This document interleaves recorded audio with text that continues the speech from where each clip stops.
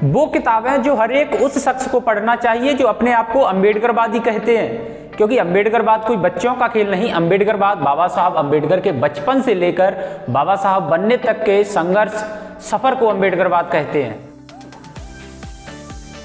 तो मैं हूं केदार कौशल। आज आपको बताऊंगा बाबा साहब द्वारा लिखित पुस्तक भारत में जाति प्रथा एवं जाति प्रथा उन्मूलन के भाग 1 भारत में जाति प्रथा के बारे में।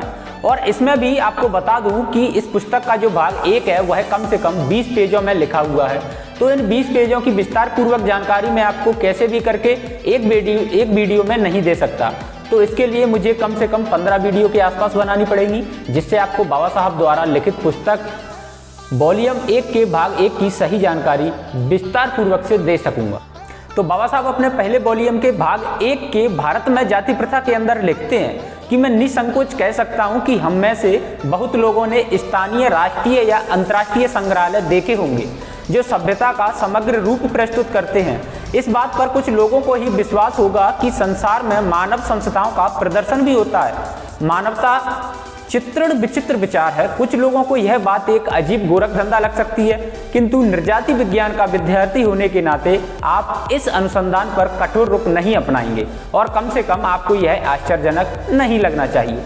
और फिर बाबा साहब आगे लिखते हैं कि मेरा मानना है कि आप सब ने कुछ ऐतिहासिक स्थल देखे होंगे, जैसे पेम्पियाई के खंडर, और बड़ी उत्कंठा से गाइडों की धारा प्रवाह जवान में इन खंडरों का इतिहास सुना होगा।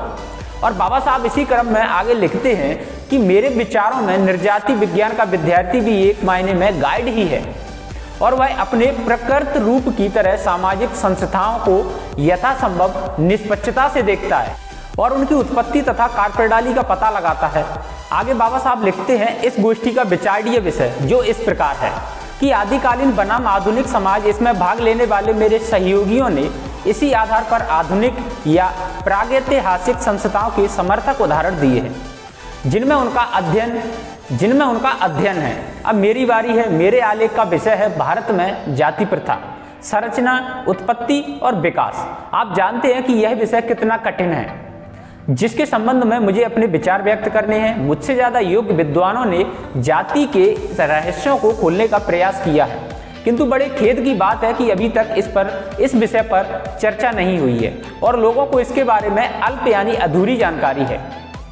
मैं जाति जैसी संस्था की जटिलताओं यानी कठिनाइयों के प्रति सजग हूँ और मैं इतना निराशावादी नहीं हूँ कि यह कह सकूँ कि पहेली अगम अज्ञेय है, मतलब जिसे हम जान नहीं सकते, क्योंकि मेरा विश्वास है कि इसे जाना जा सकता है। जाति की समस्या सैद्धांतिक और व्यवहारिक रूप से एक विकराल यानी बहुत बड़ी समस्या है। यह समस्या जितनी व्यवहारिक रूप से उलझी है उतना ही इसका सैद्धांतिक पक्ष इंद्रजार है। यह ऐसी व्यवस्था है जिसके फलितार्थ यानी निचोड़ गहन है। होने को तो यही एक स्थानीय समस्या है, लेकिन इसके परिणाम बहुत बड़े विकराल हैं। तो साथियों, आज की वीडियो में इतना ही और आगे आने वाली वीडियो में इसी भाग के आगे के पैराग्राफ को आगे बढ़ाते हुए आपके लिए जानकारी को निरंतर रखूंगा। तो सभी साथियों को जय भीम, नमो बुद्धाय। और साथियों, आपसे निवेदन है, अगर आपको बाबा साहब से संबंधित जानकारी अच्छी लगती हो तो वीडियो को लाइक, वीडियो पर कमेंट एवं वीडियो को शेयर करने के साथ साथ चैनल को सब्सक्राइब करें।